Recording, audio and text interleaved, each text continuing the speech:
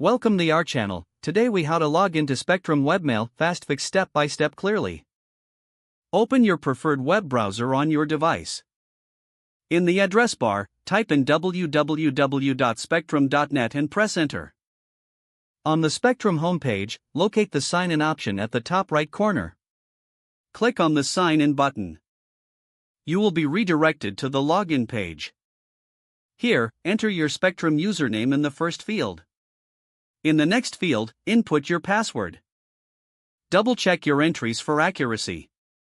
If you want the site to remember your login details, check the box next to Keep Me Signed In. Once you have entered your information, click on the Sign In button below. If your details are correct, you will be logged into your Spectrum Webmail account. In case you forget your password, click on the Forgot Password link below the password field. Follow the on-screen instructions to reset your password. After resetting, return to the login page and enter your new credentials. You should now have access to your Spectrum Webmail account. If the page does not load, refresh the browser or try again in a private or incognito window. Make sure you are using the correct email address, then retype it carefully to avoid small typos. If your password is not accepted, use the reset option and create a new strong password you can remember.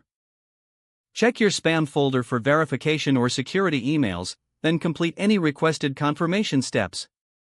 Enable two-factor authentication if available to improve account security and reduce unauthorized access risk. After signing in, review your profile details so your contact information and settings are accurate and current. If you see an error message, note it down and try again after restarting your device and internet connection. Log out when you finish, especially on shared devices, to keep your account and payment information secure. If the page does not load, refresh the browser or try again in a private or incognito window. Make sure you are using the correct email address, then retype it carefully to avoid small typos.